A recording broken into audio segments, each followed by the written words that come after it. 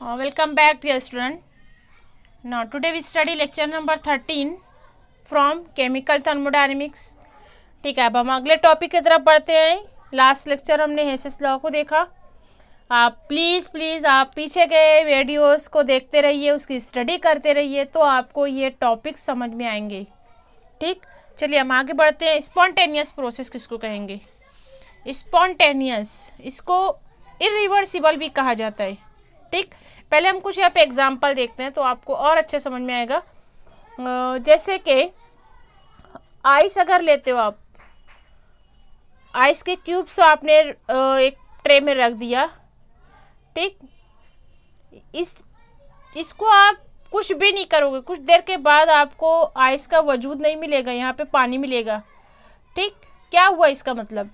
ये आइस जो है वो रूम टेम्परेचर पे रखने पे, जब फ्रिज में था फ्रीज़र से निकालोगे तो वो पानी बन जाएगा. तो इस अमल को स्पॉन्टेनियस प्रोसेस कहते हैं. ठीक, थोड़ा समय लगता है, थोड़ा वक्त लगता है. Ice melted spontaneously above 0 degree. ठीक, बाय एब्सॉर्ब द हीट.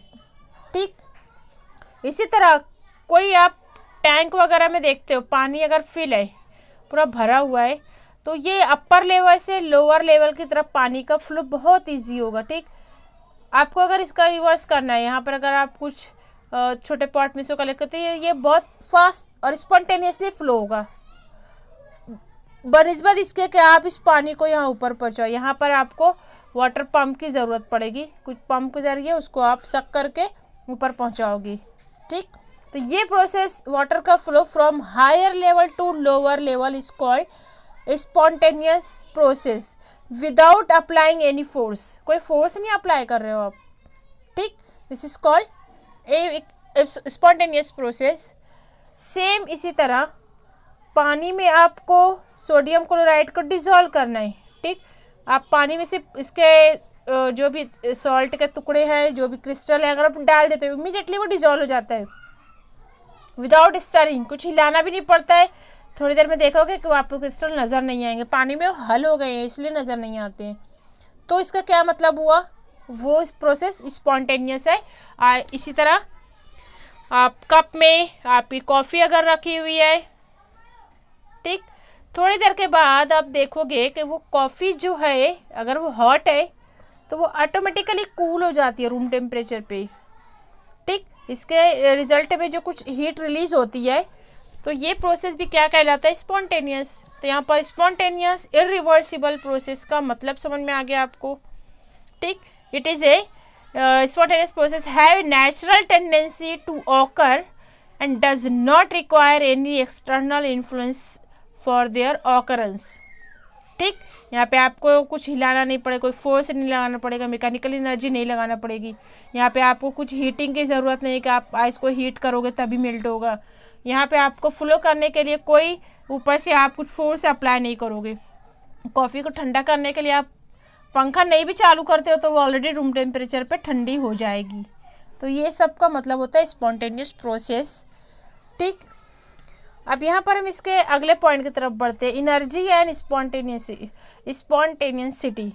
ठीक है, अब यहाँ पर जैसा कि हमने ऑब्जर्व किया कि आइस जब अगर मेल्ट होता है, आइस मेल्ट होकर वाटर बनाता है, इसके नतीजे में above 0 degree, remember that 0 degree पर है तो वो आइस का आइस ही रहेगा. लेकिन अगर आप इसको अबव 0 डिग्री रखते हो तो वो इमीडिएटली हीट को एब्सॉर्ब करेगा absorb heat from surrounding. Right. ठीक, therefore this process absorb करा, therefore this process is endothermic. Okay, endothermic है. सेम इसी तरह आप सोडियम क्लोराइड को पानी में जब डाल देते हो तो ये इसका जो है आयोनाइजेशन होके Na+ बना देता है और Cl- बना देता है. ठीक, इसको हम कहते हैं आयोनाइजेशन.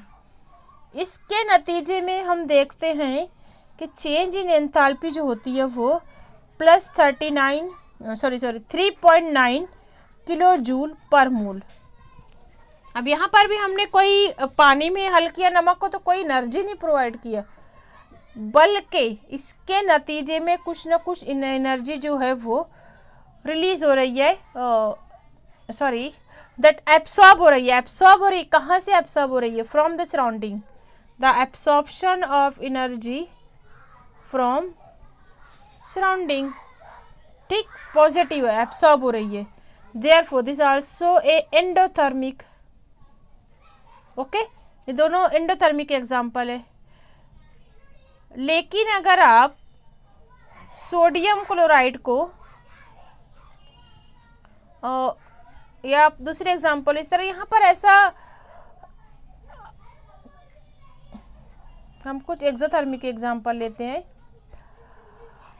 स्पॉन्टेनियस प्रोसेस ऐसा नहीं है कि वो एक्सोथर्मिक हो या एंडोथर्मिक हो, ठीक, they may be exothermic, they may be endothermic, ठीक।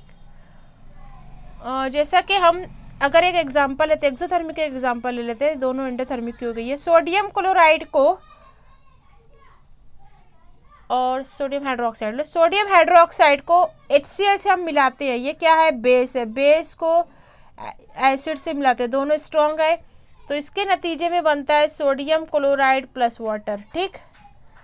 अब यहाँ पर जो होती है कुछ ना कुछ एनर्जी जो होती है वो इवॉल्व होती है सराउंडिंग में, that is delta negative, delta H जो है निगेटिव रहेगी 57 किलो जूल पर मोल, ठीक है। यहाँ एसिड बेस के रिएक्शन में हमने ऑब्जर्व किया कि एनर्जी जो है वो रिलीज होती है, दैट इज एक्सोथर्मिक। कहीं पर ये एब्सॉर्ब हो रही है, कहीं पर ये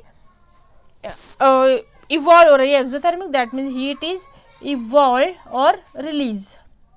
इससे क्या आपको समझ में आया कि स्पॉन्टेनियसिटी के लिए ज़रूरी नहीं है कि एनर्जी हमेशा एब्सॉर्ब हो, they may be either absorb, they may be either evolve to a surrounding from the system, ठीक।